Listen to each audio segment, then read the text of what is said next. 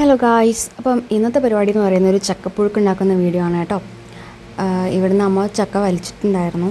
അമ്മ കൊക്ക വെച്ച് വലിച്ചതാണ്. അങ്ങനെ അതിന് പുറത്തുള്ള മുള്ളു പോർഷനൊക്കെ അമ്മ ഇങ്ങനെ കളയാണ് കേട്ടോ. അങ്ങനെ നടുവൊക്കെ ചീന്തി 2 കഷ്ണങ്ങളാക്കി മാറ്റിയിട്ട് അതിനുള്ളിൽ നിന്ന് ഓരോ ചുളയായിട്ട് മാറ്റിയെടുക്കലാണ് ഞാൻ അടുത്ത ടാസ്ക് എന്ന് പറയുന്നത്. അങ്ങനെ മുറിച്ചെടുത്തിട്ടുണ്ട്. അങ്ങനെ അമ്മ ഓരോന്നായിട്ട് അതിൽ ചുളകൾ ഇങ്ങനെ മാറ്റി തരുമായിരുന്നു കേട്ടോ. നമ്മളിത് വല്യമ്മേൻ്റെ വീട്ടിൽ നിന്നാണ് ഉണ്ടാക്കുന്നത്. അവിടെ നിന്നാണ് ചക്ക വലിച്ചതും.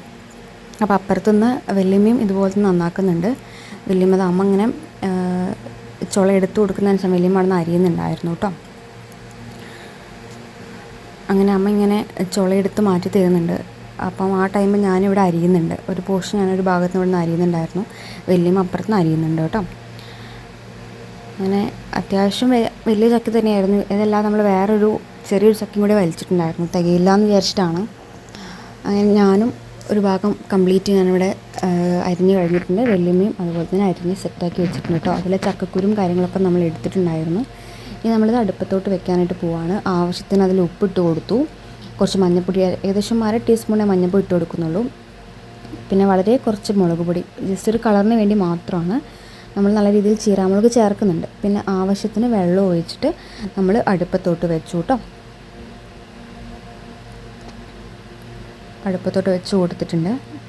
അങ്ങനെ ജസ്റ്റ് ഒന്നൊരു അടിഭാഗം ജസ്റ്റ് ഒരു തിള വന്നിട്ടുണ്ടായിരുന്നു. ഇടയ്ക്ക് ഇങ്ങനെ ഇളക്കി കൊടുക്കണം. ഞാൻ നന്നായിട്ട് ഇടയ്ക്ക് ഇങ്ങനെ ഇളക്കുന്നുണ്ടായിരുന്നു. അപ്പോഴേക്കും നമുക്കിവിടെ അരപ്പൊന്ന് റെഡിയാക്കി എടുക്കണം. ഏകദേശം 2 മുറി തേങ്ങയാണ് ഞാൻ എടുത്തിട്ടുള്ളത്, അതായത് ഒരു തേങ്ങ. അതിന് ആവശ്യത്തിന് ചുവന്നുള്ളിയും അതുപോലെ തന്നെ ചീരാമുളകും കറിവേപ്പിലൊക്കെ എടുത്തിട്ടുണ്ട്. ചുവന്നുള്ളി വളരെ കുറച്ചേ ഉണ്ടായിരുന്നുള്ളൂ, കുറച്ചുകൂടി വേണമായിരുന്നു. അതാണ് അതിൻ്റെ മെയിൻ ടേസ്റ്റ് എന്ന് പറയുന്നത് കേട്ടോ. വളരെ ചെറിയ ചുളയായിരുന്നു, അതുപോലെ തന്നെ കുറച്ചേ ഉണ്ടായിരുന്നുള്ളൂ. പിന്നെ നല്ല രീതിയിൽ ഞാൻ ചീരാമുളക് ഇട്ടിട്ടുണ്ട്. ഞാൻ താഴെ വല്യമ്മേനെ വീട്ടിൽ നിന്ന് പറിച്ചെടുത്താണ് കേട്ടോ. അങ്ങനെ തേങ്ങയൊക്കെ ഇട്ട് കൊടുത്തു.